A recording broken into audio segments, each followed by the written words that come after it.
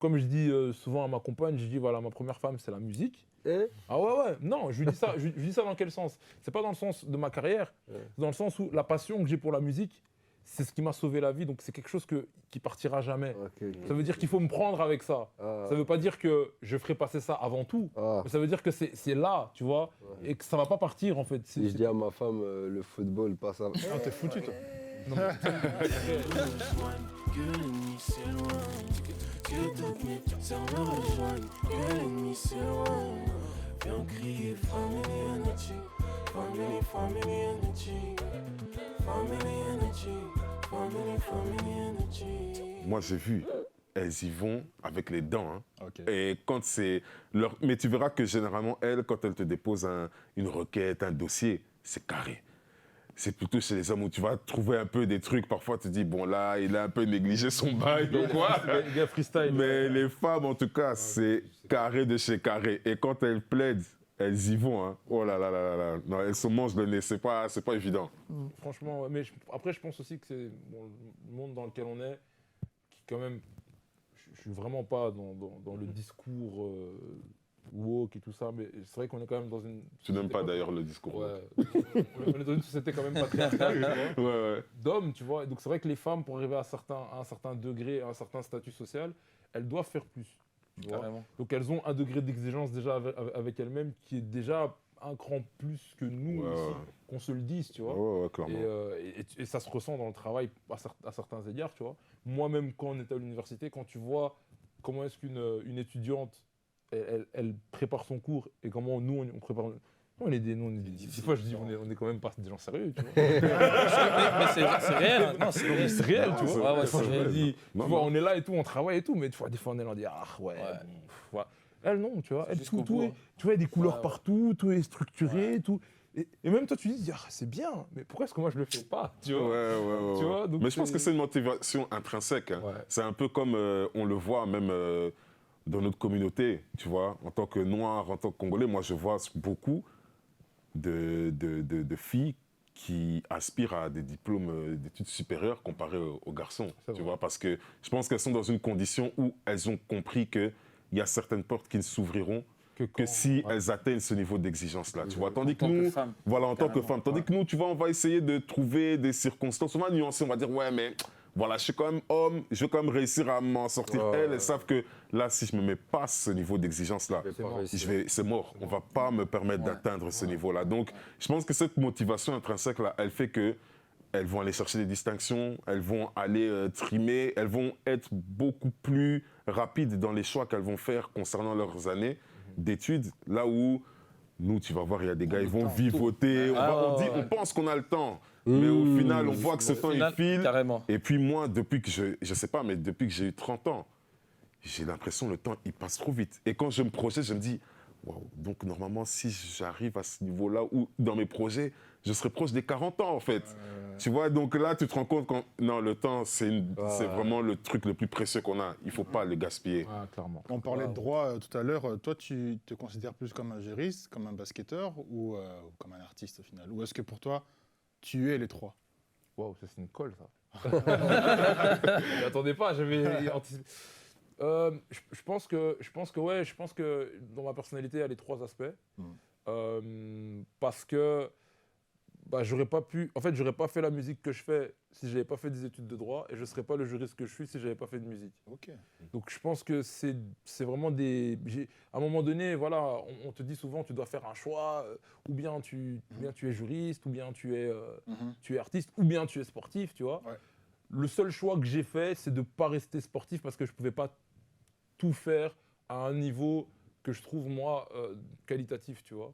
Un minimum, tu vois. Parce que déjà, quand tu fais déjà deux choses, c'est difficile de faire deux choses très très très bien. Je pense que tu peux faire deux choses très bien, mais pas en même temps. Ça veut dire qu'à un moment donné, tu vas être plus dans l'un que dans l'autre.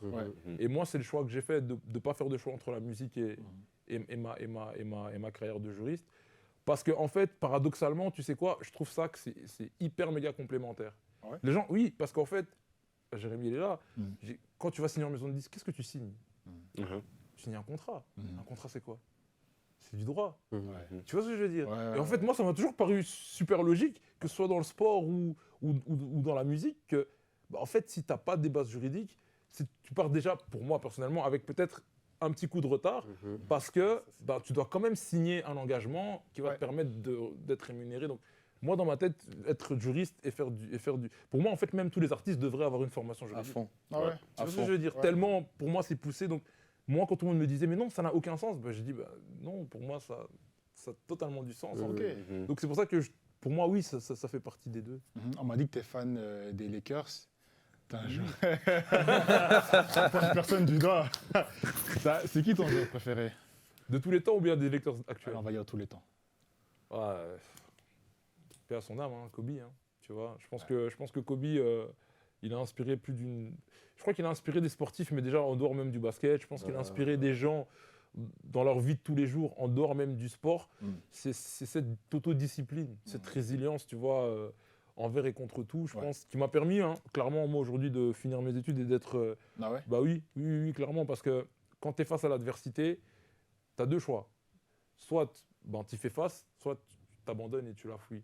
Et quand tu veux y faire face, ben, comme toute personne, des fois tu arrives aux limites de tes ressources et tu cherches de la motivation, tu cherches quelque chose pour te driver, pour aller continuer à te battre contre cette adversité. Et ben moi, ça a été des speeches de Kobe, ça a été... mon père me disait tout le temps, et me dit encore d'ailleurs aujourd'hui, à chaque fois que je suis dans des situations où l'adversité est en face de moi, il me dit tout le temps, mais regarde toujours la biographie des grands hommes. Parce que on les voit toujours arriver à l'apogée de leur carrière, mais en fait, d'où ils viennent, tu vois. Et c'est là que tu apprendras que Jacques Chirac était serveur à New York, que Barack Obama, voilà, il est passé, il y a même son film où tu vois qu'il est passé vraiment par des périodes très difficiles, où à un moment donné, c'est sa femme, limite même, qui l'entretenait, tu vois ce que je veux dire. Et quand tu vois tout ça, tu te dis, ok, donc si moi aujourd'hui, je vis ça et que je suis dans telle phase, ça fait peut-être partie du process, tu relativises et tu avances. Et Kobe, par exemple, il y a une célèbre photo de Kobe où il est en pyjama avec un plâtre et il est en train de shooter à une main parce qu'il venait, venait de se fracasser la main en fait. Et il était 4h du matin et le gars il shootait en fait. La Mamba mentality. Ouais, exactement, la Mamba mentality. Et ouais, donc c'est pour ça que je pense que... Alors il y a des grands Lakers, hein. Il y a Magic Johnson, Jerry West, Il y en a beaucoup. LeBron James, il y en a beaucoup, tu vois. Will Chamberlain, enfin il y en a beaucoup. Mais... Kobe. C'est notre génération aussi, Kobe. Ouais, tu vois. Ça, Mais justement, Jérémy, toi, Kobe, il t'a aussi inspiré? En gros, moi, le délire, c'est quoi? C'est que mon frère, il joue au basket. Ouais. Et D'ailleurs, il m'a dit de te dire qu'il t'a battu aussi. Il me ramène encore ici. C'est vrai. Big up, c'est même pas ce que je voulais dire. Mais du coup, moi, je le suivais un peu, tu vois, parce que voilà, je suis le petit frère et je prends un peu des grands. Et en fait, effectivement, Kobe, il nous a vraiment tous impactés. Hein. C'est abusé sa discipline, son histoire. Et je trouve que même, comme tu dis, genre, cette énergie qu'il dégageait, je le voyais en mon frère, en fait. Mon frère, il s'entraînait tous les jours, d'arrache-pied. Il voulait être différent. Et ça, en fait, le fait que déjà des gens comme Kobe l'ont inspiré, du coup, moi, mon frère aussi m'a inspiré, tu vois. Donc, en fait, ça se suit, en fait. Et c'est puissant, en fait. C'est puissant, carrément. Donc, ouais, je pose la question parce que vous êtes un peu liés au sport, d'une certaine manière. Toi, Jérémy, tu aurais dû être gardien. Toi, Percy, tu es basketteur. Gamin croisé. Mais non. non, t'inquiète. Mais moi, clairement, c'est vrai que moi, j'ai fait un choix, tu vois, c'était clairement les études, tu vois, qui ont pris le dessus sur le basket. Mais effectivement, à un moment donné, j'allais partir en Amérique pour faire la high school et m'inscrire en NCAA après. Mais c'était au moment où je devais soit faire ce choix-là de partir là-bas, soit de commencer mes études de droit. Bon, je suis juriste, donc je crois que l'histoire, on la connaît. Mais du coup, le sport, pour vous, c'est quoi? Vous avez grandi avec quand vous étiez enfant ou est-ce que c'est juste un hobby? Allez, Jérémy, je commence avec toi. Moi c'est ça, en fait, c'est le foot. Parce qu'en fait, moi, j'ai deux grands frères. Donc, il y avait le basket et le foot. J'avais le choix. Mais, je sais pas, j'avais une affinité avec le foot et on a grandi comme ça, vraiment jusqu'à aujourd'hui. C'est le sport qui règne. À la maison, quoi. Moi, j'aimerais dire pour Percy, c'est que, comme dans ses textes, il le dit aussi, il fait référence au foot. Il dit, la frappe de Seedorf, la technique de Davids. Hein. On va avoir une Lui- culture. Hein. Lui, on se connaît depuis la maternelle. Ok. Ce gars-là, on était des footeux. Ouais, de fou. Des footeux. de fou. Et ce qu'il dit pas, et on va sans doute en parler, c'est que il a l'âme d'un leader. À savoir que lui, on devait faire les équipes, il devait être capitaine. Donc on est contre le mur, il fallait que ce soit lui qui choisisse ses gars. Et moi, j'étais un peu son lieutenant. Lui, c'était Olivier C'est vrai. Hatton, moi, j'étais Ben Baker. Tu vois ce que je veux dire? C'est vraiment. Mais en fait, c'est vrai. En fait, Mais avec t'as le- grandi à Liège ou t'es né à Liège ou... En fait, non. Moi, je suis né au Congo. Ok. Je suis arrivé à Liège, j'avais 1 an et demi. Ok. Et j'ai rencontré cette bête bande de potes avec lui, Jocelyne, etc., etc. On était une bande comme ça, Avec tes cousins aussi. ouais, avec mes cousins, avec les Géraudy, les Rolly, Ouais. tout ça à Saint-André, à l'école. Et donc j'ai fait mes maternelles à Liège jusqu'en 3e primaire, et puis j'ai été à Bruxelles. Mais comment t'as vécu ça? Parce que moi, je te le dis, t'es liégeois, puis t'es parti à Bruxelles. En tant qu'enfant, t'étais mon gars, mon meilleur pote. Et tu sais, vous êtes des enfants, vous avez 8-9 ans, et puis vous vous dites au revoir pour les grandes vacances. Ouais. À la rentrée, Il y a- il il y n'est a- plus là. Ça, honnêtement, moi, en tant qu'enfant, je me souviens, ça a été l'un de mes premiers chocs, Carrément. entre guillemets, dans les amitiés. Dans le sens où j'ai perdu mon pote. Ouais. Et je me souviens qu'à la rentrée, j'ai été vers un de tes cousins, j'ai dit, mais il est où? Il m'a dit, ah non, il a déménagé sur Bruxelles, etc. Je dis, tu sais, Bruxelles, aujourd'hui on est grand, c'est Ouais, 1 heure. ça- Pour ça, c'est l'étranger. c'est loin. C'est loin. Bruxelles, moi j'y vais parce qu'il y a, C'était loin. il y a vraiment une circonstance spéciale. Donc, comment toi t'as vécu ce déménagement-là? Bah, Et moi, pourquoi t'es parti en fait? Parce que la dernière fois qu'on s'est salué ici sur le sol liégeois, c'était en juin 2000. Donc il faut me dire, vrai, c'est c'est vrai. comment? En fait, bon, déjà tu demandes à un enfant de 9 ans pourquoi il déménage, c'est pas lui qui a pris la décision. Non, je l'ai mal vécu, hein. C'était un traumatisme de fou. C'était un traumatisme. J'ai perdu tous mes repères. Ouais. J'ai perdu absolument tous mes repères. Je suis arrivé dans une école qui avait rien. Enfin, on a grandi avec M. Spech. enfin, Ouais, je vois. voilà, je veux dire, j'ai perdu absolument tous mes repères, j'ai dû tout reprendre à zéro et c'était dur. J'en ai beaucoup voulu à mes parents. Ouais. Pendant 3-4 ans, jusqu'à mes 12 ans, j'étais vraiment. Mon adolescence, je l'ai commencé très très frustré, tu vois, par rapport à ça, parce que c'est un choix que j'ai pas fait, qui m'a été imposé. Et, je suis arrivé dans une nouvelle ville, Bruxelles et Liège, c'est pas la même dynamique, ça n'a rien à voir. J'arrive dans une école, en plus, j'arrive dans l'école où il faut mettre un uniforme. Tu Alors- sais préciser l'école Ah, laquelle ouais. Parce que franchement, à Bruxelles, c'est Bah, c'était à Saint-Louis, Saint-Louis, ok. c'est un Institut Saint-Louis. Ça va encore. Bon, au final, je dis ça, j'ai fait mes primaires là-bas, mes secondaires là-bas.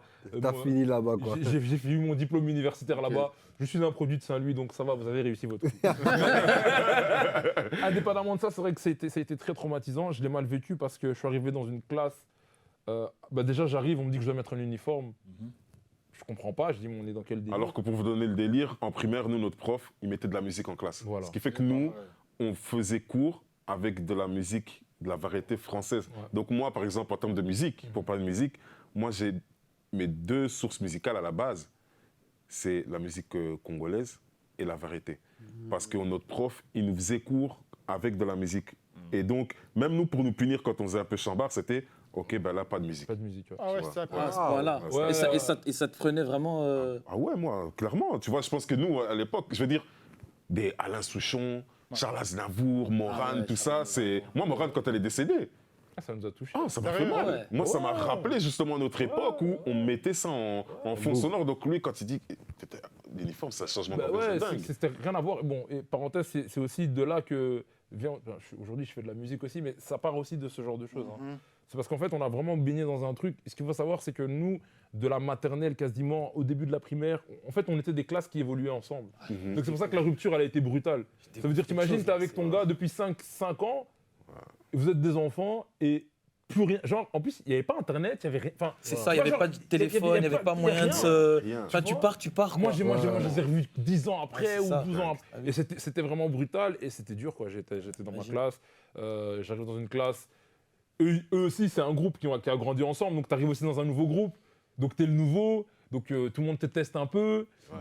Tu vois, Il faut un peu- faire ses Ouais, preuves, en tu gros. vois. Faut Donc, gagner son respect. ouais, c'est- parce que- exactement. c'est à Bruxelles, quoi. Non, Tu mais vois ce que je veux dire, c'est ça. Ouais, parce que c'est une autre dynamique, tu vois. Ouais. Là, t'arrives dans une classe, tout le monde se tire dessus. Ouais, c'est ça. Alors que là, chez nous, c'était hyper bien. C'était un peu les bisounours, nous, tu vois. Ouais. Très bienveillant, on se connaissait tous depuis longtemps, on connaissait notre prof, on avait grandi avec lui. Enfin, là, j'arrive dans une classe, déjà multiculturalité de fou.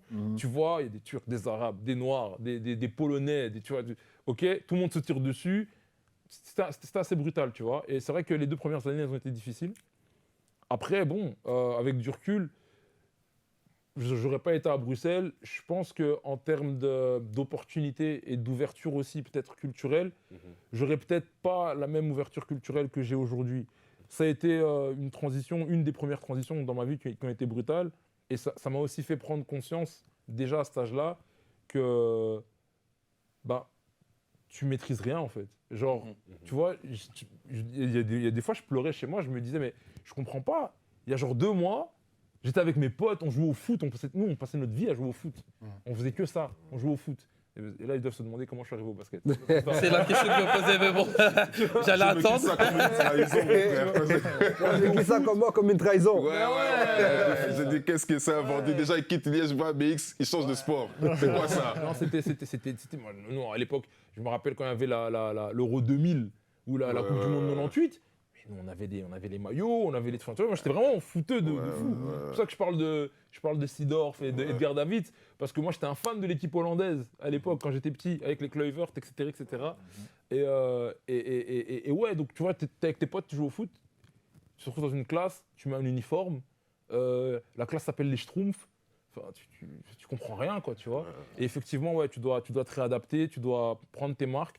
Et ça te demande un effort d'adaptation qui m'a permis aussi, après, de faire mes études et de changer de secteur et de m'adapter aussi dans différents environnements, tu vois. Mais c'est parti de là, parce que ça a été vraiment le premier choc, je pense, le plus dur de ma vie. C'est parce que quand j'ai quitté le Congo, je ne me rendais pas compte, j'avais 1 an et demi, donc je ne me rappelle même pas.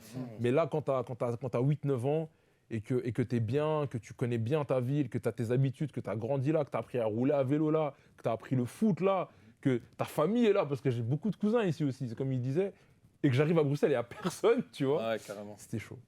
Aujourd'hui, vous êtes artiste, et on parlait de Kobe Bryant tout à l'heure, qui est plus qu'un sportif. C'est un sportif, mais c'était plus qu'un sportif. Modèle. Est-ce que vous, en tant qu'artiste, vous voulez aussi être plus que des artistes? Est-ce que vous voulez être considéré comme plus qu'un rappeur et un chanteur Jérémy?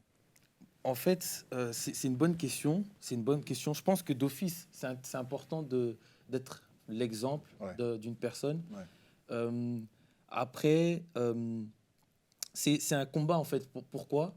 Parce qu'au jour d'aujourd'hui, franchement, que ça soit, je suis désolé, le foot ou la musique, le sport en gros, j'ai l'impression que les gens ont tellement perverti ces choses-là en fait que maintenant c'est difficile d'être un exemple. Pourquoi? Parce que l'image que tu dois projeter, c'est l'image précise d'un footeur ou l'image précise d'un artiste. Et cette image-là, en ce moment, elle est salie en fait. Tu sais, maintenant, c'est bizarre. Aujourd'hui, tu dois presque aller montrer ton corps ou bien mettre des femmes siliconées dans tes clips pour faire kiffer les gens, tu vois. Aujourd'hui, si tu t'habilles classe, tu parles bien à une femme sans insulte ou sans truc, ben on va pas trop te calculer en fait, tu vois. Et c'est ça c'est ça en fait le délire de maintenant en gros. Et c'est ça pour moi le plus grand combat, c'est de savoir rester vraiment dans tes bottes et dans tes valeurs. Voilà, c'est ça. Quand on est artiste comme toi, est-ce qu'on sent qu'on nous impose justement, comme tu as dit, le fait de mettre des femmes ou d'être insultant ou d'autres choses encore en fait, parce qu'il y a tellement de choses. Est-ce que tu sens qu'on t'impose quelque chose? En fait, c'est complexe. Je pense que tu peux confirmer. Il n'y a personne qui nous impose réellement, donc physiquement quelque chose, mais c'est plus une pression médiatique en fait, et tu vois un mouvement, tu vois les jeunes comment ils réagissent, comment ils te parlent, les avis qu'on te donne, et c'est plus ça en fait la pression. C'est le milieu, hein. C'est le milieu et on va dire les mœurs, les habitudes qui sont dans le milieu, qui c'est implicite en fait. Voilà, c'est implicite. Voilà, on te dit implicitement, ouais, tu peux faire ce que tu veux. Mais Ça reste ça, carrément, tu Voilà, vois. C'est ça un peu. Ça, c'est un- Mais vous, d'ailleurs, c'est intéressant parce que toi, tu es clairement un artiste indé, 100% tu t'es construit. Comme toi, tu t'es construit aussi, mais finalement, tu sors d'un concours de chant, d'une plateforme plus mainstream. Est-ce que toi, dans ta perception de comment artistiquement on veut te guider, est-ce que peut-être tu sens une forme d'imposition par les autres ou au contraire, tu es un peu comme peut-être Percy qui, lui, au niveau de son DA, sa direction artistique, il se sent indépendant, il peut faire un peu ce qu'il veut comme il veut, tu vois. Comment toi tu fais ça? C'est vrai que en étant indé, tu as plus de liberté que si tu es dans un label. Pourquoi? Parce que, en fait, en gros, je pense que j'ai raison, mais au-dessus de moi, tu as des artistiques, tu as la DA, tu as la DA qui s'occupe de ton stylisme, tu as la DA digitale, donc tout ce qui est médiatique, et puis tu as le boss d'Universal, enfin, tu as le boss d'un label qui lui aussi a droit à un avis. Et en gros, tu as plein de têtes, donc tu as plein d'idées, tu as plein d'avis. Et en fait, c'est pas, on t'impose rien, mais c'est vraiment ces avis qui te drillent, en fait, qui t'influencent carrément. Et ça te frustre un peu ça ou pas? Ben, franchement, pour être vrai, des fois, c'est vrai que voilà, j'ai envie de faire mon truc et que voilà, j'ai envie d'être libre, de m'exprimer en vrai, parce que c'est ça un artiste en gros. Ça, tu t'exprimes en gros. Et des fois, c'est difficile parce que voilà, il y a des personnes qui sont plus expérimentées, qui ont déjà fait toute une carrière et qui sont payées en fait pour toi te conseiller. Et du coup, tu es un peu dans un dilemme, quoi. Tu dis, est-ce que je me fais confiance, je suis le délire, mais si ça ne fonctionne pas, comment la personne va réagir en face? Est-ce que, tu vois, faut en fait savoir gérer. Et c'est ça la différence. Ouais, avec En étant étant indé. Après, je pense que c'est parce que quand tu es dans un label, il y a beaucoup plus de gens aussi qui investissent sur toi. Voilà, Tu vois. Je crois que la plus grande différence, c'est ça. C'est comme il y a beaucoup plus de gens qui investissent sur toi, bah forcément, ils vont aussi essayer de te dire ce qu'eux pensent, tu vois, par rapport à ce que tu devrais faire, toi, pour que tout ce qu'ils investissent sur toi puisse rentabiliser d'abord à toi et puis à eux aussi. Tu vois. Donc, c'est quelle formule on va utiliser pour que ce soit le plus rentable pour nous tous. Et donc, forcément, tu as des avis qui vont aller d'un sens comme dans un autre. Quand tu es indépendant, comme moi, entre guillemets, tu vois, et que tu es ton propre investisseur, en majeure partie, parce que y a très peu de gens qui investissent sur moi. Enfin, quand je dis, en fait, les gens qui investissent sur moi, c'est le public. C'est un peu ça. C'est un peu. Moi, j'aime pas trop dire fan. Pour moi, c'est carrément des actionnaires, c'est des investisseurs. Ça veut dire, je vais faire une marque de vêtements, comme j'ai une marque de vêtements, je vais sortir un projet, je vais faire un concert. Ils vont mettre le prix que je vais donner parce qu'ils croient en mon projet. Tu vois. Alors, l'avantage que moi j'ai, c'est qu'effectivement, en termes de structure, je suis seul, j'ai une équipe avec qui je travaille, mais on n'est pas dans une structure hiérarchique verticale. Ça veut dire, c'est pas genre, j'ai un DA qui est au-dessus de moi. On est tous plus ou moins sur le même pied d'égalité. Mais maintenant, moi, je suis conscient que je ne peux pas faire tout seul. Enfin, je peux pas tout faire tout seul, pardon. Et que j'ai besoin d'avoir des gens qui ont des rôles bien définis pour que ma carrière évolue. Tu vois.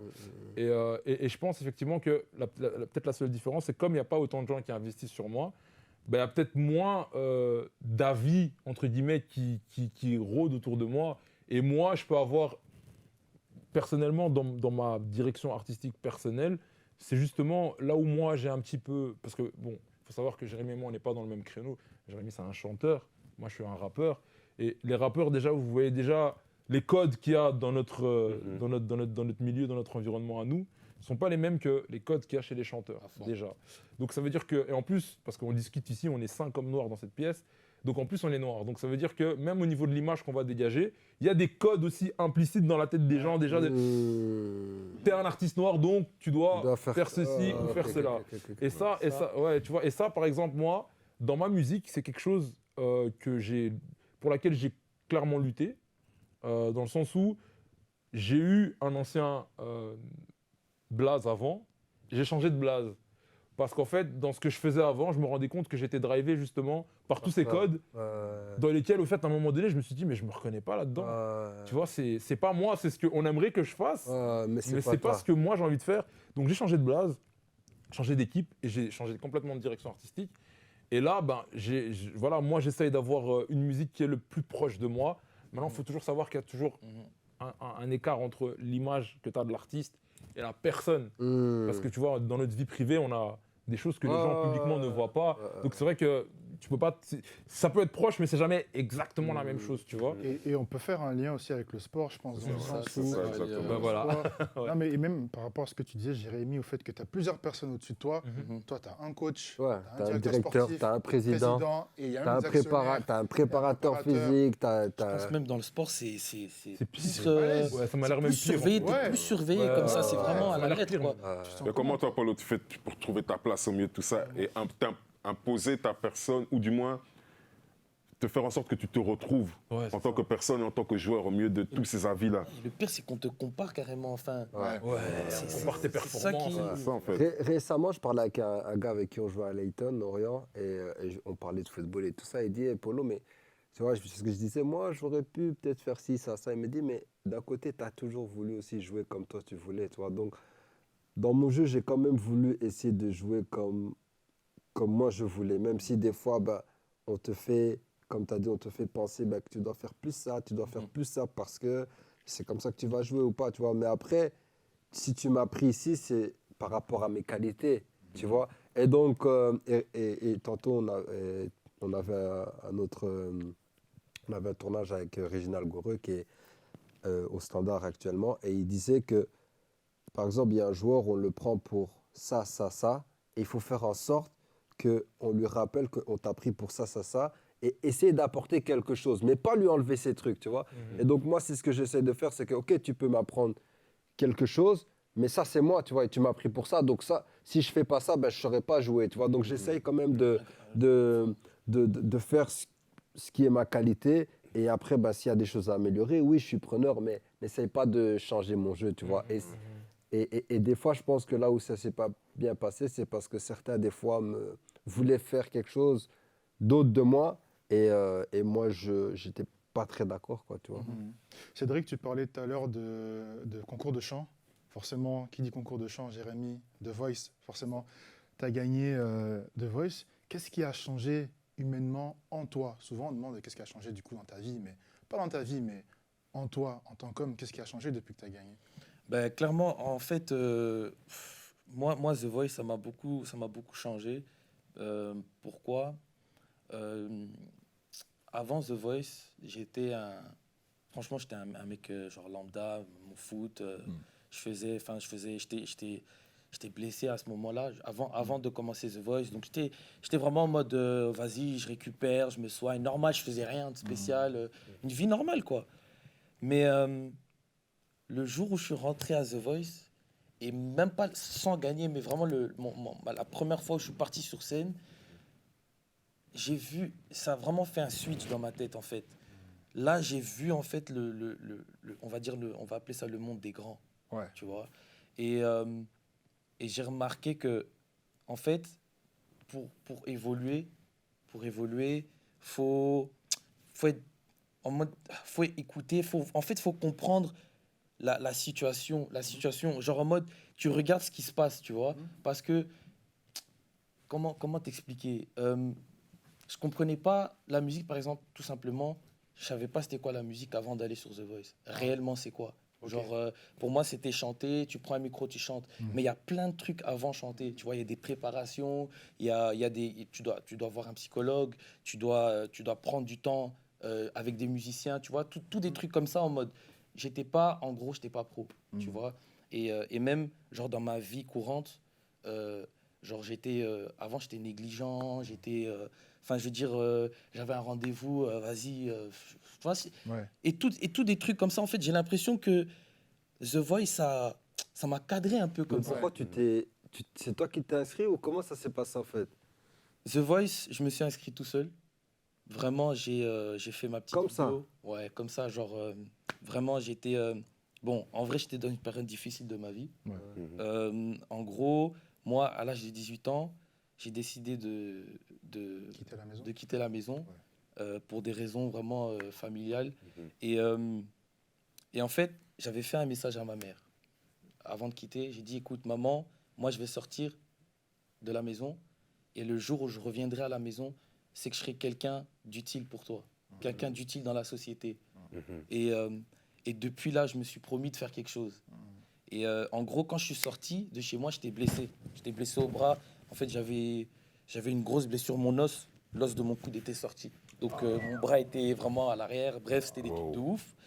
Et en gros, voilà, j'oubliais pas, quoi. J'avais une voix et on me poussait tout le temps. On me cassait la tête avec ça, tu vois. Mais moi, pour moi, la musique, c'était à l'époque, je pense que tu confirmes, mais pour moi, chanter, c'était en mode, je suis un faiblard. Moi, en tout cas, à l'époque, à Bruxelles, en tout cas, je sais pas, c'était comme ça. Je pense. Tu vois, moi, on m'appelait Christophe Maé. Ah ouais. Tu vois ce que je veux dire? Et du coup, je sais pas ce qui s'est passé avec les événements, bref, familial. Je me suis dit, vas-y, regarde, je vais faire la musique, je vais essayer en fait. Je veux voir si réellement je sais chanter. Je me suis inscrit et T'as gagné. depuis ce jour-là, ouais. Tout simplement, t'as gagné quand même. Ah, t'as Et gagné. t'es rentré à la maison depuis. Non. Je suis pas rentré. Non, Pour rentrer, hein. je suis rentré à la maison. Bien sûr, je passe, je vois ma mère et tout. Mais en fait, le truc, c'est quoi? C'est que vraiment, je suis rentré dans une vie professionnelle. Je suis pratiquement pas en Belgique. Enfin, tous les jours, je me déplace et c'est comme ça. Mais là, du coup, là, c'est une bonne question parce que là, cette année, je rentre à la maison. Et puis voilà. Et C'est puis, que t'es devenu quelqu'un. Mais merci ouais, c'est aussi, ça. comme tu voyages beaucoup.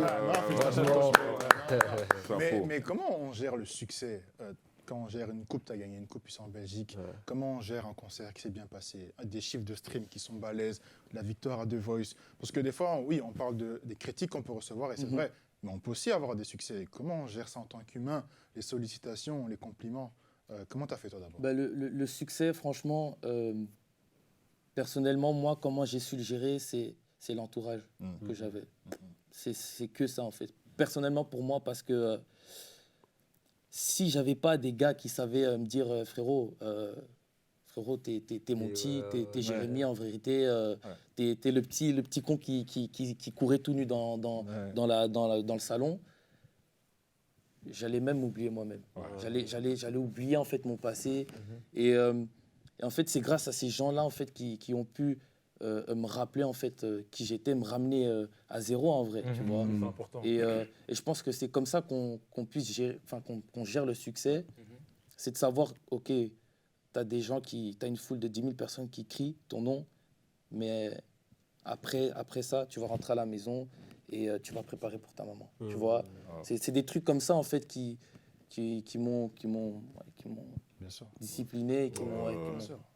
Tu confirmes. C'est trop important. Ouais, je confirme de fou. Après, moi, j'ai pas eu un succès aussi grand que celui de. Un succès, c'est un succès. Ouais, non, clairement, mais je veux dire aussi, on va dire aussi médiatisé que les vôtres, que ce soit toi Polo ou bien toi Jérémy. J'ai eu mes succès à mon échelle, mais c'est clair que effectivement, c'est toujours le même process. Tu vois, je veux dire, j'ai mis un certain temps à faire mes études, par exemple. Quand j'ai terminé. Voilà, t'es le meilleur, là, t'es le gars qui, ouais, t'as pas lâché, bref, tu reçois des messages de partout, des gens que t'as même plus vu depuis X nombre d'années, des ex pour ne pas les citer qui reviennent tu dis, bro, tu vois, tu dis, toi, tu finiras jamais tes études, finalement, bref. Donc, il y a ça, même quand tu sors aussi de certains concerts, tu vois, là, j'ai fait un concert il y a 2-3 semaines à Louvain-la-Neuve aussi, devant, je crois, 500 ou 600 personnes. Bah, c'est cool, tu vois, on se compte ton nom quand tu sors, mais faut pas. Et c'est là où je crois que Jérémy il a raison, c'est qu'il ne faut pas être déconnecté de la réalité. Ça peut vite, tu vois, à un moment donné, tu peux vite te dire, ah ouais, c'est bon, tu vois, j'ai ceci, j'ai cela, j'ai telle facilité, j'ai tel accès, j'ai tel statut, tu vois. Et ça, que ce soit dans le sport, dans la musique ou bien même dans la vie professionnelle, je veux dire, demain, tu peux devenir PDG, mais c'est pas parce que tu es PDG que ça veut dire que, tu vois. Mais tu finiras PDG, en fait. Ouais, tout simplement, à tout moment. Tu vois, Exactement, tu vois. Donc c'est pour dire qu'au final, tu dois quand même savoir gérer ça et pas être déconnecté de la réalité. Parce que si tu le fais pas, la chute, elle est brutale. La réalité va te rattraper. Et ça c'est vraiment brutal. Il y a beaucoup de gens dans tout ce qui est culturel, donc le sport ou la musique ou quoi, qui s'en sont parmi, tu vois, de cette chute-là, quand la réalité te rattrape. Moi, je l'ai senti. Ah, Ouais. tu vois. Ouais, je l'ai senti. Quel moment? Très fortement. Justement, après The Voice. Après The Voice, c'était chaud. Vas-y, premier Renoir qui gagne, tu Ouais. vois. Et t'as tout le monde qui crie. Après ça, il y a eu l'Eurovision. Ouais. Et l'Eurovision, ça a encore mis plus de peps médiatique. Et après l'Eurovision, bam, j'ai rechuté. Et la chute, elle est... Mais mentalement, c'est un combat. J'ai dû partir en vacances pour réaliser que ok, tout ça, c'est fini maintenant. Et on va reprendre une vie normale. Et c'est Et c'est là où l'entourage, il est... Voilà. Il est capital. C'est comme dans toi, je le dis, hein, pour réussir, que ce soit, je crois, dans le sport ou dans la musique, l'entourage est trop important. Ouais, Si tu n'as pas un bon entourage, comme tu as dit, tu es juriste, tu vois, plein de trucs comme ça qui sont des éléments très, très importants qui vont te permettre, ben, quand tu es là, c'est de rester là et de continuer à avancer et de, allez, je ne veux pas dire pas de rechuter parce que ça peut arriver de rechuter, mais même si tu rechutes, ces personnes-là vont t'aider à remonter, tu vois, et à rester là. Donc l'entourage, c'est trop important. Non, il y a vraiment rien à faire. Mais toi, justement, je pense, si je me souviens bien, quand on était petit, ton papa, c'est un intellectuel, etc. Ouais, c'est un professeur d'université. Tu vois. Donc, comment est-ce que toi, dans tout ça, tu fais ton parcours? Donc, tu l'as dit, ça t'a pris un certain temps pour finir les études. Ouais. Tu n'as pas lâché la musique. Ouais. Comment tu gères les deux? Et est-ce que tu n'as pas eu une pression en plus familiale? Oh ouais, de fou. Donc, comment est-ce qu'on fait? On ne se dit pas à un moment donné, vas-y, c'est quoi, j'écoute, je mets de côté. En fait, ce qui était peut-être compliqué dans mon cas, c'est qu'étant donné que mon père est prof d'université de droit, pénal et judiciaire, tu vois, c'est qu'en fait, paradoxalement, c'est la seule personne qui m'a jamais mis de pression. Mais tout le reste de la famille m'a mis la pression, sauf lui.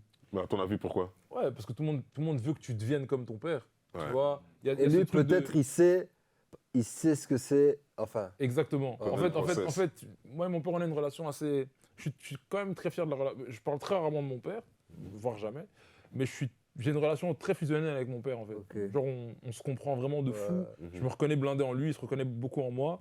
Et sans lui, j'aurais clairement pas. Je serais pas devant vous, quoi. C'est clair, je veux dire, à chaque fois que j'ai été face à une adversité, comme je vous ai dit tout à l'heure, chaque fois, mon premier réflexe, c'est de prendre mon téléphone et d'appeler mon père. Et il a toujours pris le téléphone. Des fois, j'étais avant un examen, je me dis non, c'est mort, je vais le rater. J'en ai marre de ce truc, je vais abandonner, c'est bon, tu vois. Et il a toujours trouvé les phrases et les mots pour me remotiver, pour que je parte. Des fois, je partais à des examens, je n'avais pas étudié, tu vois.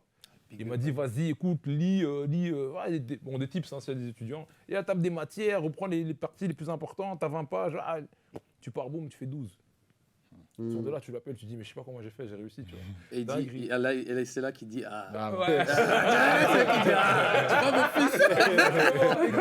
Exactement, non, mais voilà. Donc c'est vrai que ce qui était compliqué par rapport à la famille, c'est qu'il y avait cette pression de, c'est toi en fait qui doit, parce que moi, voilà, j'ai des grands frères et des grandes sœurs, mais je sais pas pourquoi, des fois dans des familles, il y en a un, on se dit, c'est lui qui doit faire tout ce que les autres n'ont pas fait pour X, Y, Z raison. C'était moi en fait. Du manteau. Ouais, c'est toi. C'est toi. Il y a un speech, tu vois, je regarde ma grande sœur, elle me dit non, c'est pas moi. Là, c'est toi. Mais comment tu l'as vécu cette pression? Mal. Mais attends, mais tu vois, parce que ce qu'il dit là, Cédric, il a dit quoi tout à l'heure? Que quand il était petit, c'est lui qui devait toujours être le capitaine. En fait, tu vois, ça commence, tu vois. C'est déjà depuis la racine en vrai. C'était déjà semé là en fait. En fait, c'est des signes en vrai. En fait, je crois que c'est vraiment inconscient. Tu sais, je crois que je m'en suis véritablement rendu compte. Je crois que je m'en suis rendu compte quand j'ai commencé à faire de la musique et que j'avais un groupe de rap. Mais je crois que je l'ai accepté que récemment, ou quand j'ai commencé à faire mes premiers entretiens d'embauche, où tu vois, tu as des tests psychologiques et on te dit quel type de personne tu es. Est-ce que tu es le genre de personne qui suit nanana, ou tu es le genre de personne qui prend des décisions, tu vois. Et là, j'ai dit non, moi je suis le genre de personne qui prend je sais pas, tu vois. Mais c'est vrai qu'effectivement, l'analyse, elle est bonne, parce que c'est vrai que depuis que je suis petit, j'ai toujours été très... inconsciemment, hein, tu vois. Et du coup, Bah, ça a été difficile parce que ouais, tu as une pression et tu as l'impression que tu n'es plus maître de ta vie. Ça veut dire que les gens, ils ont déjà fait un chemin pour toi, alors tu vas faire ci. Alors ouais, les gens ils me disaient oui, alors tu vas faire ça, tu vas faire ton bachelier, puis ton master, puis tu vas faire un doctorat, après tu vas devenir professeur dans telle université. Et puis tu dis ouais, mais. Déjà, Ouais, tu dis. Et quoi, je peux pas parler, genre vous avez déjà, tu vois, donc ça déjà un.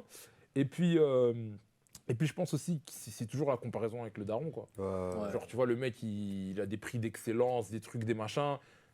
Même moi, tu vois, à chaque fois que je regarde ça, je regarde son CV, je me dis ah ouais, chaud. Tu vois, là, le mot qu'il écrit, il était quand même chaud, tu vois. Ouais, Tu chaud. vois, ça c'est un phénomène qui se passe beaucoup je trouve, dans la communauté africaine, Ouais. où les darons, ou bien les tontons, ou bien les tantines, elles fixent déjà un chemin comme ça. Elles veulent fixer un chemin déjà pour toi, alors que toi-même, tu n'as pas encore montré ce que tu étais capable de faire. Et Je pense, tu vois, avec beaucoup de recul et beaucoup de réflexion, je pense que c'est vraiment juste de la peur, tu vois. C'est plus... On va préparer un chemin pour toi, et généralement, tu remarqueras que c'est des secteurs que les parents maîtrisent.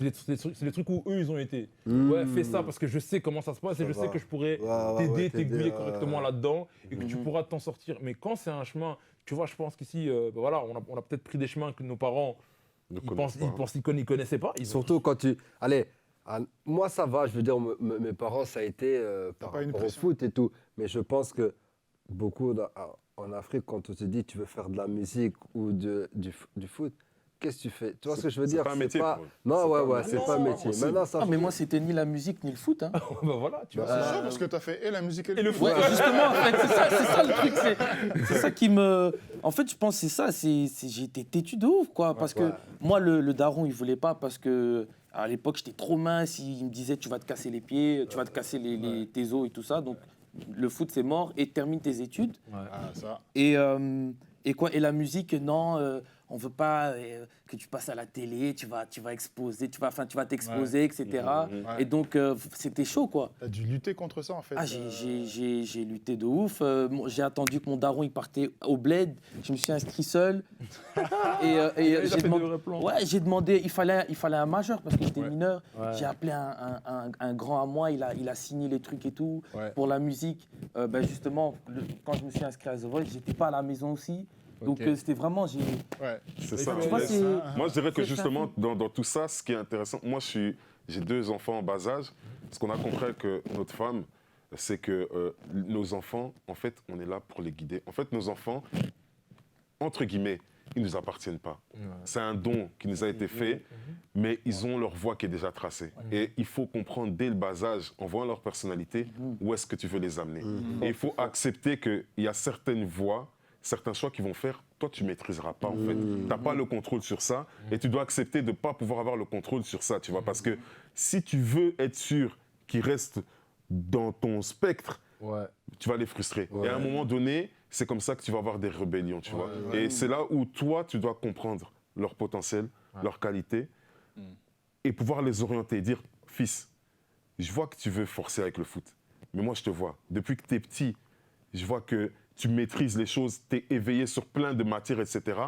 Et là, à toi d'entretenir ça et de le guider vers ça, tu vois. Et c'est là où c'est important, en tant que parent, d'avoir une très bonne relation et forte relation avec tes enfants dès le bas âge. C'est pour ça que j'aime beaucoup ce que dit Percy, parce que je trouve que c'est finalement très rare, même dans notre communauté africaine, congolaise, de pouvoir entendre un fils dire « Moi, avec mon père, on a une relation fusionnelle ».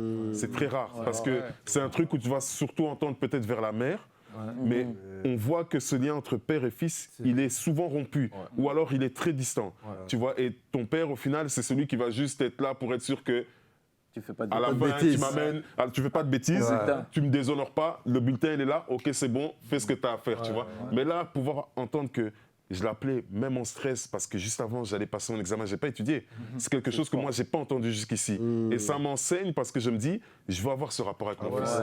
Pour pouvoir me dire que, tu sais quoi, fils, tu feras des erreurs. Fils, sens-toi à l'aise que même si tu sais que là, tu as déconné, appelle-moi. Je serai là pour toi, je vais pouvoir te conseiller, te guider, tu vois. Et ça, c'est hyper important. Moi, j'applaudis les gars. Moi, j'applaudis de ouf. Franchement, la vérité, je pense que ça m'a réellement sauvé la vie. Parce que tu vois, moi j'ai grandi dans un quartier très difficile, tu vois, quand même à Bruxelles. C'est le quartier nord, tu vois. Ah ouais. Ouais, c'est un quartier très difficile. J'ai beaucoup de connaissances et de potes qui sont morts, d'autres qui sont rentrés en prison. Et étant donné que mon père, paradoxalement, j'ai pas vécu avec lui parce que lui, il était au Congo et moi, je vivais avec ma mère en Belgique. Donc, on a eu un rapport qui s'est créé un peu de manière particulière parce qu'il n'était pas physiquement tout le temps avec moi, donc on se parlait énormément. Alors, mon père, il a vraiment tenu à être présent dans ma vie d'une manière ou d'une autre, tu vois. Et un jour, j'étais avec un pote à moi qui était sorti de prison et on s'est croisés comme ça dans la rue, on a commencé à parler parce que ça faisait longtemps qu'on ne s'était pas vus. Et en fait, en discutant avec lui, je me suis rendu compte que des fois, hein, ta vie se joue à un choix. Et ce choix-là, il se joue à un appel que moi j'ai passé à mon père qui m'a dit va à gauche. Et lui, il n'a pas eu cette personne pour lui dire va à gauche. Il a été à droite. Et de là, toute la vie part dans deux directions totalement différentes. Et donc, c'est là où je pense que c'est super méga important d'avoir. On parlait de l'entourage, ça commence pour moi par les parents. Tu me disais comment j'ai fait pour gérer mes études et la musique. Mon père faisait de la musique aussi. C'est ça qui est vraiment drôle, tu vois. C'est que lui aussi, il était. Toi aussi, non? T'as pas eu des parents? Carrément, ouais, Bien sûr. mes deux parents, ils sont musiciens. Voilà, Ouais, tu vois. voilà, Et en fait, il y a des trucs qu'ils savent. Moi, mon père, il est guitariste. Il est guitariste bassiste, tu vois. Il sait. Moi, j'ai grandi, j'ai commencé à écouter de la musique comment? J'avais 4 ans, il m'avait acheté le CD de la compagnie créole. Avec les chansons là, c'est bon pour le moral et tout ça. Et en fait, je crois que lui s'en est rendu compte, ma mère pas.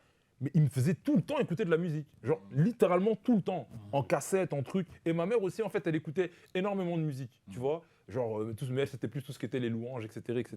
Mais c'était genre, tous les week-ends, le samedi, c'était mon père, le dimanche, c'était ma mère. Et mon père, comme il a joué de la guitare à l'université aussi, en fait, quand moi, j'ai continué ma carrière de rappeur et que j'étais en train de faire des études, la seule personne pour qui ça faisait pas erreur 404 dans le cerveau, c'était mon père, tu vois. Ouais, bon, je me reconnais dans le parcours, c'est ça en fait. Donc, je peux pas commencer à lui dire. J'ai un oncle à moi, tu vois, son pote, il le regardait toujours comme ça. Vas-y, parle au petit maintenant. Moi, je sais ce que t'as fait. Vas-y, dis-lui de pas faire ça. On va voir si ce que tu dis est crédible ou pas, parce que moi, je sais que tu l'as fait aussi. Donc, tu vois, des fois, il me dit non, mais ton père, il peut pas te dire ça. Lui-même, hein. Tu vois ce que je veux dire? Donc, il y avait ce rapport-là, et je pense que c'est surtout, comme tu dis, c'est guidé. Ça veut dire qu'à un moment donné, mon père il m'a dit écoute, qu'est-ce que tu veux faire de ta vie? C'est quoi ta vie? Qu'est-ce que tu veux faire? Il m'a posé la question. Et contrairement à ce qu'on disait tout à l'heure, où tu as des parents qui te disent ouais, tu vas faire ça, tu vas faire ci, tu vas faire ça, tout le reste de ma famille, mes oncles, mes tantes, oui, fais ci, fais ça. Et en fait, la seule personne qui m'a posé la question, c'est mon père. Il m'a dit qu'est-ce que tu veux faire en fait? T'es pas un peu confus comme ça Ah mais ça fait peur. Bah oui, justement. Ça fait peur. Du fait que de base on t'impose, mais là c'est. Ouais. Là c'est l'autorité principale qui dit. Tu vois un peu. Tu veux faire quoi? Donc là c'est là où moi personnellement, le fait d'avoir fait des études, ça m'a un peu sauvé. C'est qu'à l'université, c'est la même. En fait, quand tu arrives à l'université, on te lâche. C'est genre on te dit voilà, on est en septembre, il y a examen en juin. Moi, je donne cours tous les mardis, tu viens, tant mieux, tu viens pas. Fais ta vie, tu te débrouilles. En fait, tu es libre, mais après, tu dois assumer les conséquences de tes choix. Et c'est là où ça m'a un peu sauvé dans ce truc-là, c'est qu'en fait, à un moment donné, tu es libre dans la vie, fais ton choix, mais assume-le. Alors, ce que j'ai fait, c'est que j'ai assumé mon choix. Ça veut dire que j'ai voulu faire des études de droit et de faire du rap et de la musique. Pendant la journée, je rendais mes TP. Le soir, je partais en concert ou en studio. Je dormais très, très, très, très peu. Mais aujourd'hui, tu vois, et à la fin de chaque journée, j'étais vraiment heureux parce que les gens de la musique ne savaient pas que je faisais des études de droit et les gens du droit, ils ne savaient pas que je faisais du rap. Et c'est jusqu'à la fin, quand j'ai terminé, que mon public, il a pété un câble, il m'a dit « Mais attends, comment ça, toi, t'es juriste, ça n'a aucun sens, tu sortais des mixtapes, des trucs, tu fais des concerts. Enfin, à quel moment tu partais étudier, tu rendais tes TP et tout Ça, je ne le montrais pas, tu vois. Et mes profs, il y a juste une seule fois, je termine là-dessus, il y a juste une seule fois où c'est à la fin qu'on m'a cramé, c'est quand la RTBF est venue me faire une interview à l'université à Saint-Louis, justement, où ils ont appelé mes profs en leur disant ouais, on va venir interviewer un artiste qui est dans votre auditoire, tu vois. Et genre mon prof de droit judiciaire, il dit qu'est-ce que vous racontez, tu vois. Bref, donc ils sont venus, ils ont ramené toutes les caméras, ils sont venus, ils ont filmé dans l'auditoire. Et là, en fait, il y a eu la première connexion de ah, mais en fait, le gars ici, il étudie, mais en fait, il fait de la musique de l'autre côté. Et le public, c'est en mode attends, il s'est fait interviewer dans un auditoire. Donc voilà, c'était un petit peu, mais voilà, c'était beaucoup de travail. Beaucoup de travail. Percy, le 10 juin, je pense, 2022, tu avais fait un post sur les réseaux sociaux pour le teasing de... Ouais, j'ai un peu vérifié, bien sûr. Waouh. Tu vois comment c'est profond. Hein. Ouais. C'était le teasing du projet ITC2. Ouais, Ok, d'accord. ouais. Intercom. Et en fait, tu révélais quelque chose, un morceau de ta vie passée. Et toi aussi, Jérémy, tu as fait le cas, j'arrive vers toi. Mais tu as dit que tu avais vécu des échecs. Ouais. De quel échec tu parlais? Tous les échecs possibles et imaginables. Des échecs financiers, des échecs amoureux, des échecs académiques et des échecs musicaux. Qu'est-ce que je veux dire par là? C'est moi, j'ai raté plusieurs années avant de finir mes études. Et à l'école, bah, comme lui le disait, tu vois, moi, en fait, j'ai jamais raté à l'école. J'étais le genre de gars, je ne ratais pas. C'est pour ça que tout le monde pensait que mes études, ça allait être facile. J'arrivais à l'université, j'ai ramassé une gifle bien comme il faut. Je me suis mangé mes premières années. Et ça touche ton ego, tu vois. Quand tu es quelqu'un qui n'a pas l'habitude de rater, quand tu rates, tu as l'impression... Tout s'écroule. Ouais, tout s'écroule parce que tu as l'impression de n'avoir rien compris, tu vois. Mhm. Et quand tu re-rates encore, parce que c'est ça qui m'est arrivé, mes 2 premières années, j'ai raté à l'université, tu vois. Donc, moi, j'ai jamais raté de ma vie, je triple une année. Tu vois, et le fait de... Parce qu'il y a 2 sessions, tu vois. Ouais. Donc, en fait, tu as passé les examens 6 fois. Et la 7e fois où tu passes l'examen, ben, c'est dur de te dire ouais, je vais le réussir parce que j'ai déjà raté 6 fois. Enfin, tu vois, même dans ta confiance en toi, c'est hyper brutal. Et moi, je l'ai vécu comme un échec, mais comme je le dis aujourd'hui, pour moi, l'échec, c'est que le début de la réussite. Maintenant, en fait, ça dépend comment tu prends tes échecs. Tu vois, j'ai eu des échecs amoureux aussi, où j'ai eu des relations qui se sont mal finies et ça m'a affecté. Mais comme disait le feu Nelson Mandela, c'est où, tu vois, je ne perds jamais. Tu vois, soit je gagne, soit j'apprends. Et en fait, quand tu as un échec devant toi, je pense que ce qui permet de développer ton business, enfin de développer ton mindset tout simplement, c'est d'analyser ton échec. Qu'est-ce qui n'a pas été? Qu'est-ce que je peux améliorer? Qu'est-ce que j'ai bien fait? Qu'est-ce que j'ai mal fait? Des fois, c'est des choses qui n'ont même rien à voir avec toi. Des fois, c'est des trucs extérieurs. Mais c'est de faire tout ce processus de réflexion pour apprendre aussi sur toi-même. Parce que les échecs t'apprennent beaucoup sur toi. Genre, ah purée, je pensais que j'étais pas si sensible que ça. Ben si, en fait. Ça me fait vraiment mal, tu vois. Genre, je suis vraiment mal. Genre, ouais, non, moi, j'étais pas amoureux. Si, j'étais amoureux. J'ai pleuré. Tu vois ce que je veux dire? Tu vois ce que je veux dire? Et ça te permet de te décomplexer et de devenir, entre guillemets, plus fort. Mais quand je dis plus fort, c'est humainement parlant. Ça veut dire de t'accepter mieux. Et je pense que quand tu t'acceptes mieux, ben c'est là que tu commences la réussite parce que tu sais où est-ce que tu es bon, où est-ce que tu es moins bon, et ce qui est potentiellement fait pour toi et ce qui n'est pas fait pour toi. Ça veut dire que tu sais que moi, par exemple, je suis un artiste indépendant, je sais que tout ce qui concerne la com digitale, c'est peut-être moins mon truc, je vais devoir peut-être téléphoner telle compagnie, tel truc pour faire ça, et je ne vais pas être dans l'ego de me dire ouais, je sais le faire. Non. Tu vois ce que ça m'a beaucoup appris et je pense que ça apprend à tout le monde, tu vois. Que y a pas de... Pour moi, le succès, pour moi, quand tu réussis sans jamais rater, c'est là où je trouve que le français est bien fait. Pour moi, tu n'es pas dans du succès, tu es dans de la réussite.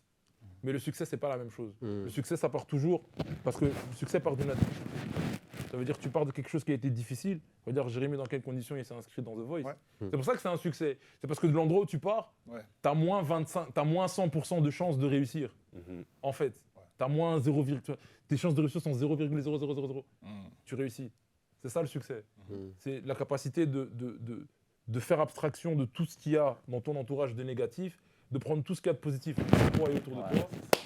C'est ça. Et de le pousser à ce moment-là. Jérémy, toi, c'est en 2020-2021 que tu as réussi, du coup, tu as gagné The Voice, mais justement, sur les réseaux sociaux aussi, tu as fait un post en avril où tu disais que tu avais vécu une période très difficile et tu disais, donc je vais lire, tu disais que tu as eu beaucoup de blessures mentales et physiques, l'humiliation, le rabaissement, on t'a pris pour un incapable sans avenir. Comment est-ce que, bien sûr, tu as parlé aussi du fait que tu as quitté la maison, mais comment est-ce que qu'est-ce que tu as vécu pour en arriver là et surtout comment tu as fait pour vivre le succès, pour surmonter tous les obstacles que tu as dû vivre?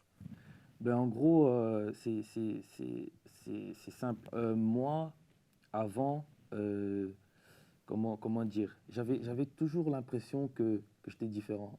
À chaque fois qu'on discutait ou qu'on devait choisir quelque chose, moi, j'étais tout le temps le mec qui allait choisir le dernier des trucs. genre personne pense à ça, tu vois. Et déjà là, en fait, il y avait ce truc-là de, mais en fait, ce gars-là, il est bizarre, il est zarbi, en vrai, il est différent, wesh, tu vois. Et genre, et en mode, même au niveau de mes proches, donc mes amis, ma famille, même à l'école, c'était difficile. Ok. C'était vraiment difficile en mode, moi, je suis né en Anvers, donc ma première langue, c'est le néerlandais. Et tu parles très bien français. Hein, en plus. Ouais, Incroyable. parce que j'ai grandi à Bruxelles maintenant, Ok. mais quand je suis venu d'Anvers, je parlais pas le français. C'est-à-dire, même compter, je faisais 1, 5, 10, tu vois, c'était vraiment là. Et genre, du coup, c'était dur pour moi. J'avais du mal avec même les cours, tu vois, même réfléchir. Je sais pas, c'était bizarre en fait cette transition. Moi aussi, je l'ai vraiment mal vécu. Et puis voilà, et même, franchement, on va pas se mentir, à l'époque, tu parles néerlandais, on te prend pour un flamand, un flaps. Un tu vois. flappy. Voilà, un flappy, tu vois.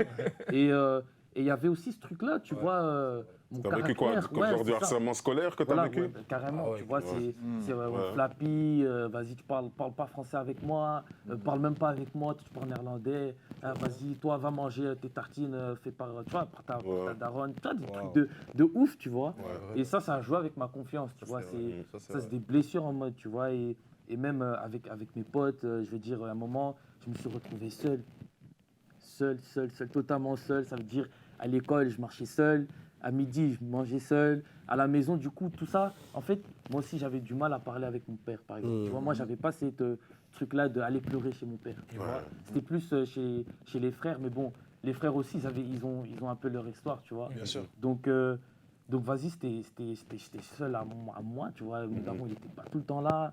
Et ça fait que je me suis forgé, mais te forger seul, c'est dur, en fait. Tu sais, quand tu n'as pas un mentor qui est avec toi pour te dire en vérité, regarde, moi, j'ai déjà eu ça, et pour soigner ça, il faut faire comme ça, travaille sur ça, tu vois. Et en fait, c'est un peu comme ton daron, en fait. Ouais, Hein, mais ça c'est- rejoint de ouf, C'est ça, en fait. exactement ça. C'est pour ça Tu vois. que moi, je me suis rendu compte que j'ai une chance Ouais, en voyant les gens de mon entourage mais vraiment, et le rapport qu'ils avaient avec carrément. leur père parfois. Ouais. Je me suis dit, mais j'ai une chance de fou. Ouais. Tu vois, et ça m'inspire, moi, pour demain, en tant que père, de faire la même chose, tu vois. Parce que ce que tu dis, c'est vraiment ça. Moi, parce que c'est ça que je dis, moi, j'aurais pas eu mon père au téléphone, je serais pas en train de parler devant vous. Ouais. Parce que je sais pas où j'aurais trouvé la force. Et d'ailleurs, je sais même pas, respect, où tu as trouvé la force. C'est ce que j'allais Ben, dire, franchement, franchement. Comment t'as fait? C'est un moment de ma vie, je suivais beaucoup mes frères. Et mes frères, c'est ma détermination, c'est ma mentale, c'est ma discipline aujourd'hui. Ces mecs, ils ont bossé. Ces mecs, ils ont vécu dans des internats où il y avait des fous. Ils étaient tout seuls. Tu vois, c'est plein de trucs comme ça qui m'ont forgé. Et ouais, là, ce qui m'a soigné, c'est la musique, c'est le foot, tu vois. C'est là où je mettais mes peines, je tirais sur le ballon. C'est là où... Mais tu tirais pas, toi, t'étais gardien. Donc Au début, je tirais. Allez. Tu vois, au début, je tirais, mais j'ai vu que, bon, quand je tirais, C'était pas toujours sur le bon côté, tu vois. Donc je me suis dit, bon, vaut mieux attraper le ballon que faire des mauvaises passes. Et voilà, et mon frère, il m'a appris à jouer au foot. Il me dit, viens, on va s'entraîner, viens, si tu as des trucs, défoule-toi. Et c'est comme ça que enfin, j'ai connu le foot, en fait. Moi, le foot, c'était comme mon médicament, tu vois. Exactement. Et la musique aussi, en fait, tu vois, c'est... C'est pareil. Hein. C'est pareil. Ça me faisait voyager ailleurs, je pensais plus à toutes mes peines en fait. Et petit à petit, c'est comme ça que j'ai su guérir. Et aujourd'hui, en fait, c'est incroyable, c'est ça qui me sauve en fait. D'autant plus qu'à The Voice, tu chantais tout le temps avec le sourire aux lèvres. Ouais. On peut pas se douter Ouais. de tout ce que tu as vécu pour venir chanter sur la scène avec un sourire aux lèvres pratiquement tout le temps. Ben, je pense qu'il n'y a rien à faire. Il n'y a rien à faire qu'il y ait des problèmes, qu'il y ait des blessures ou que tu sois en dehors de ta famille à ce moment-là. Putain, être une fierté de sa famille, être la fierté de son père, être la fierté, savoir que ton père te regarde et il crie, qu'il est joyeux, ça... Ça n'a pas de prix. Hein. Ça n'a pas de prix. Ouais. Ça, c'est, tu vois, c'est... Pour rebondir ce qu'il dit, c'est aussi pour ça qu'on a fait Safe. En fait, c'est de montrer aux gens qu'avant d'être des sportifs ou des artistes, on est des humains. Tu vois, et c'est que souvent, certaines personnes ne voient pas en fait ce qui se passe derrière, tu vois. Et là, c'est un peu, tu vois, ce que tu as dit, Tu vois, nous, comme Nathan l'a dit, on te voit sourire, on te voit être joyeux, mais tu vis certaines choses. Tu vois, et des fois, ben, on reçoit certaines critiques et tout ça, que ce soit en artiste ou en tant que sportif. Mais vous ne savez pas ce qui s'est passé hier ou vous ne savez pas ce qu'on vit à la maison. Tu vois, donc le but, c'est un peu de. Tu vois, que les gens, ben, quand ils voient ça, ils se disent ah ben ouais, non, mais c'est vrai, moi, je suis. Et aussi, voilà, tu as vécu tout ça, mais ce n'est pas pour autant que ce que tu as vécu, tu vois, tu as laissé ça te ronger Non, ou c'est tu n'en ça, as pas fait quelque chose, tu as pris ça et ça t'a fait devenir la personne que tu es, quoi. Donc, ce que tu vis, ben, peut te faire devenir quelqu'un. Clairement. Ça, je pense, tu vois, moi, je suis croyant et tu as aussi Dieu qui joue dans ça. Moi, vraiment, je crois en Dieu. Parce qu'il y a vraiment des cas où les frères, il y a des gens qui sont rongés par leur peine et qui terminent dans l'alcool, dans la drogue, dans le truc. Et nous, on a su surmonter ces choses-là et l'utiliser en bon escient. Bah, c'est clair, si je peux me permettre juste de rebondir là-dessus, par rapport à la musique et le sport, en fait. Parce qu'en vérité, ce qui est drôle, c'est que lui et moi, on est autant Abusé. sportifs que musicien. qu'artistes. C'est que c'est thérapeutique, en fait. C'est thérapeutique. Je pense c'est un refuge dans lequel on trouve beaucoup de choses qu'on n'arrive pas à trouver dans l'environnement dans lequel on est parfois à certains moments. Moi, par exemple, tu vois, comme j'ai dit, mes parents ils s'étaient séparés, donc j'ai pas vécu avec mes deux parents en même temps. Je l'ai mal vécu durant mon adolescence. C'est là aussi où la musique est rentrée en compte, parce que cette absence, ce manque-là, je me suis réfugié dans la musique. Et après, ma mère, elle est partie aussi au bled. Donc je me suis retrouvé seul en Belgique. Genre, elle est partie avec ma petite sœur, donc j'étais seul en Belgique, donc j'ai commencé mes études. Mon père n'était pas là, ma mère n'était pas là, j'étais tout seul. Excuse-moi, tu as des frères et sœurs ou... Ouais. Ok. Et ils sont tous là-bas. Ok, t'étais vraiment seul. Ouais, donc j'étais tout seul Ah ici. ouais, ok. Enfin, même là, maintenant, je suis tout seul. Ah, ok. Tu vois. Donc là, en fait, j'étais tout seul ici. Ce qui fait que, quand tu as par exemple une peine amoureuse ou quoi, tu la gères pas de la même manière quand tu peux rentrer à la maison, il y a tes parents qui sont là ou il y a ton frère qui est là. Sans lui dire, il va comprendre que voilà, il y a un truc qui va pas et tu vas rester avec lui.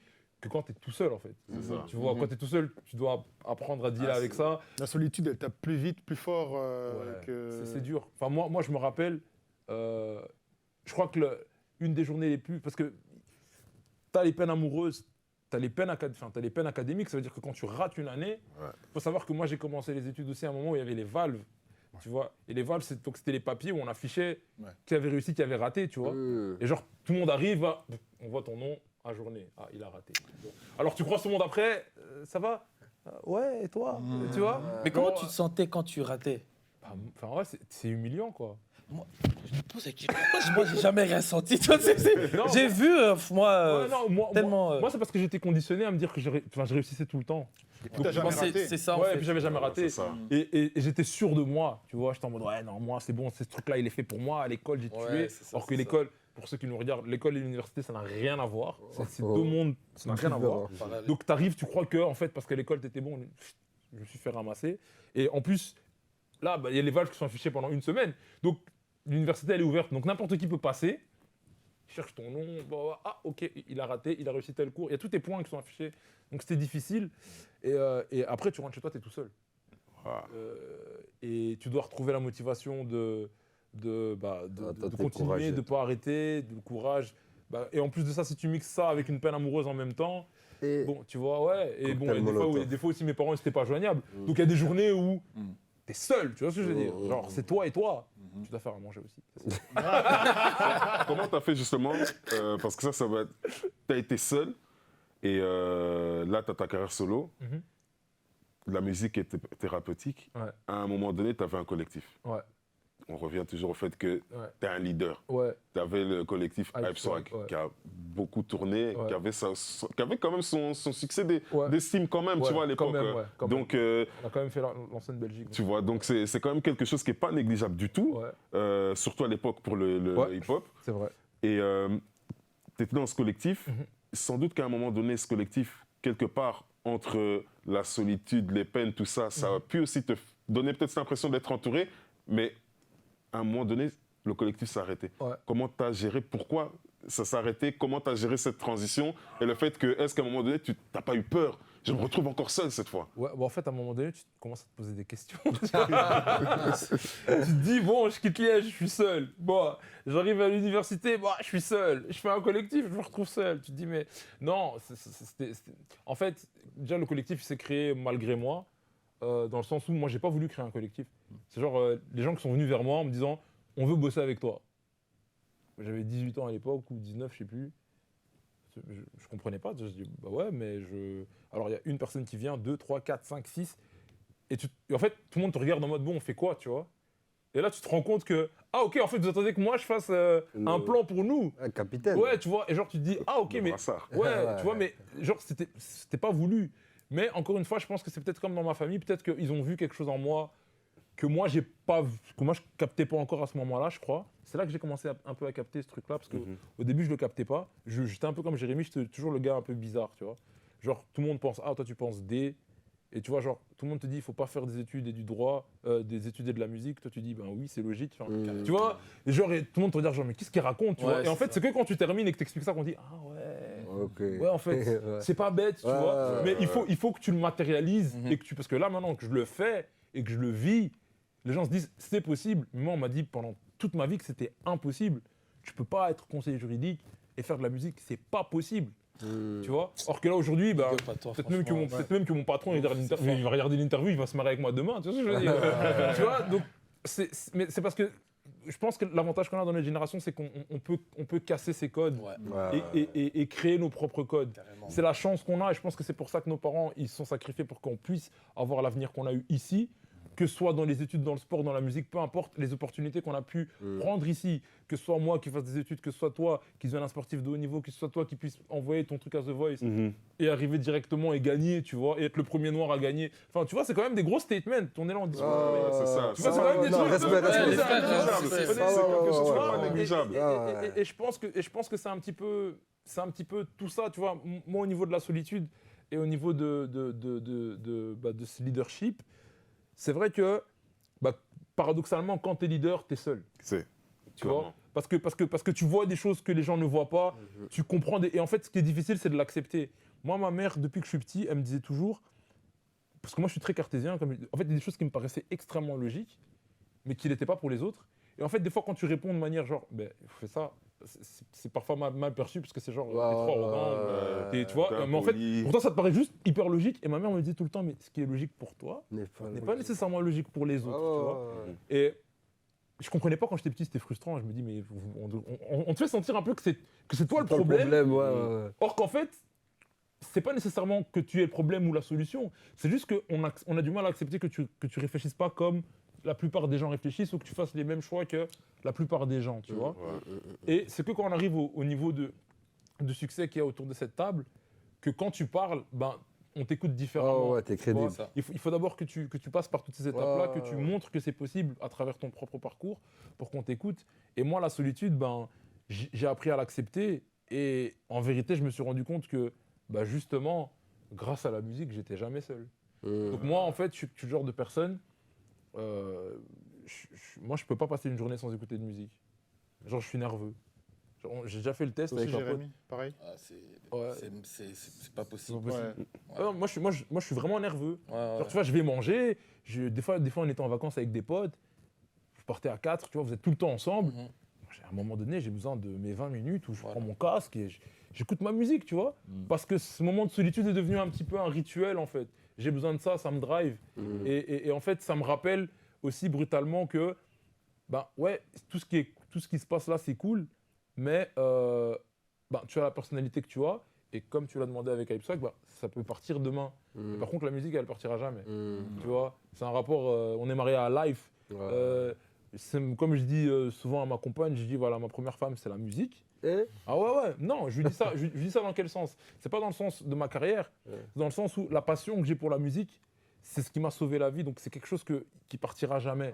Ça veut dire qu'il faut me prendre avec ça. Ça veut pas dire que je ferai passer ça avant tout, mais ça veut dire que c'est là, tu vois, et que ça va pas partir en fait. Si je dis à ma femme, le football, pas ça. T'es foutu, toi. Non, mais après, faut pas se suicider. Non, je rigole. Juste pour finir, en un mot, si on devait vous décrire humainement le Percy humain, pas l'artiste, et le Jérémy humain, pas l'artiste, en un seul mot, ce serait quoi, Percy? Philanthrope. Ok. Pourquoi? Parce que je crois que Cédric regarde beaucoup mes stories. Je suis vraiment soucieux de la société en fait, et surtout de la communauté, tu vois, de comment est-ce qu'on évolue. Donc je passe ma vie à me poser des questions sur comment est-ce qu'on pourrait s'améliorer en tant que communauté. C'est vraiment un souci que j'ai. Genre je me dis si Dieu me rappelle demain, qu'est-ce que moi j'aurais fait dans ma vie pour que ma communauté elle avance. Toi, Jérémy? Je voulais pas voler ton mot, mais franchement, c'est la même chose. Ok. Je pense que moi, souvent, je me pose la question, je me dis, mais franchement, mais Dieu, pourquoi moi? Pourquoi moi, j'ai ce cœur-là, en fait? Pourquoi moi, j'ai envie d'aider une personne qui peut-être ne veut même pas m'aider moi-même, tu vois? Mais moi, je veux l'aider. Et si je l'aide pas, je suis pas bien. Tu vois? Et c'est ça. Je pense que c'est le bon mot. Et à travers tes musiques, du coup, tu peux aussi aider à travers les chants que tu fais. Ben justement, en parlant de ça, justement, là, on est en train de parler avec mes frères pour ouvrir c'est un ou une ASBL. Une ASBL. Une ASBL pour aider justement les personnes démunies en Afrique. Ok. Et du coup, pour moi, ça, c'est un big deal, en fait. C'est vraiment un big move parce que c'était vraiment un rêve. Wow. Mais vraiment un rêve, genre en mode, moi, quand je parlais à ma mère, je disais, maman, moi, je vais aider ton pays. Tu vois, je parlais comme ça parce que je suis né ici, tu vois. Mais là, aujourd'hui, là, on en parle, on va bientôt ouvrir et j'espère, si Dieu le veut, que voilà, ça va bien se passer. Quoi. Respect, non, respect. Et du coup, le son que tu vas nous faire, là, il parle de quoi? C'est le titre que j'ai fait à The Voice. C'est le premier qui a vraiment fait genre le tour du monde. Ouais. Et je pense que c'est ça qui m'a aussi poussé dans la musique et même dans ma confiance. C'est ce titre-là, quoi. Ok. Ouais, c'est ça. Top. Jealous by Labyrinth. Ok. Ok. Nice. Ouais, c'est vrai, j'ai oublié. Ah, il a un truc. En fait, il y a un moment dans notre discussion où on a parlé du temps. Et c'est abusé. Parce que je pense que tu as dit vraiment le slogan, en fait, de ma marque familiale. Donc, on a une marque de montres. En fait, voilà, je vais sortir les montres ici. Est-ce que tu peux m'aider à... Gregorio, ça s'appelle. Et en gros, c'est... Packaging, il est pas Ouais. mal, hein. Il est propre. Hein. il est propre. Hein. Ouais. Ça, c'est Ruben qui s'en charge, je pense. Ça sent Ruben. Ouais, ça sent Ruben. mais voilà, ça se nomme Gregorio, qui veut dire en grec veille. Et en gros, le slogan de la marque, c'est Watch Your Time. Okay. Donc en gros, c'est vraiment c'est important, quoi, veiller sur son temps. Et surtout, nous, les croyants, et il y a le temps normal et il y a le temps de Dieu. Clairement. Et je pense que ça a pour beaucoup dans l'histoire de ma vie, en fait, dans mon storytelling, c'est que le temps de Dieu, on ne le contrôle pas. On le voit pas, on voit pas le temps de Dieu. On peut peut-être le sentir, mais le voir comme ça, clairement, c'est impossible, tu vois. Et voilà, comme on peut voir dans la vie de chacun d'entre nous, toutes ces prouesses qu'on a su faire. Je pense pas que toi... sans Dieu, c'est mort. Hein. Tu vois, je veux dire, moi, quand je voyais qu'on me disait non, mais vas-y, étudie ou fais des trucs ou quoi, moi, c'était impossible pour moi de me dire, vas-y, un jour, je serai artiste et je chanterai devant 70 000 personnes, tu vois.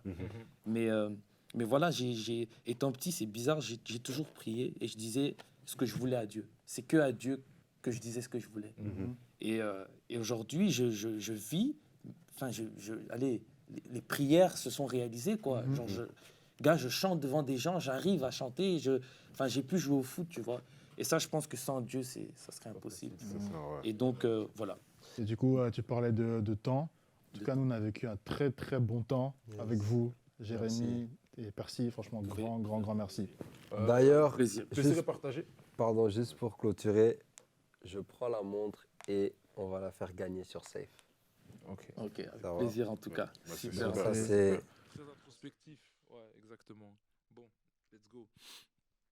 Je fais tout pour combler l'absence de ma mère. Du coup, je sors avec des post-bats qui me maternent. Et puis je m'arrête en mi-chemin quand je vois où ça mène. Au final, ça ne va pas plus loin que quelques rapports charnels. Je parle pas de mes sentiments, je laisse mes sentiments parler. Cœur brisé, trempé dans le ciment, amour en béton armé. J'ai connu le seuil de la haine, c'est mieux de faire envie que pitié. Je me suis mise à nu, je te parle pas de se déshabiller. J'ai sacrifié des amitiés pour des meufs qui m'ont quitté. J'ai battu mes peurs, les obstacles ne font qu'abdiquer. Aimer, ça fait mal quand on ne peut plus aimer. Aimer, ça fait mal quand on aime plus que l'on est aimé. Avant d'être un fuckboy, eh ben j'étais ton gars. Avant d'être un fuckboy, ouais j'étais un bon gars. J'enchaîne les relations et je sais même pas pourquoi. J'ai cru voir la solution, mais en vrai je me fourvoie. Des fois je me parle à moi-même, je me reconnais, donc je me vous vois. Tu crois que je suis à fond dedans, mais en vrai je me fous de toi. Tu crois que je m'en fous, mais en vrai je suis fou de toi. J'ai toujours le sang chaud, mais j'ai le cœur tout froid. Et j'ai différentes sœurs avec différentes mères. Et j'ai passé trop de temps à juger mon père. Et puis j'ai grandi, j'ai compris que la chair est faible. J'ai le cœur qui s'arrête quand elles m'appellent pour me dire qu'elles ont un retard de règles.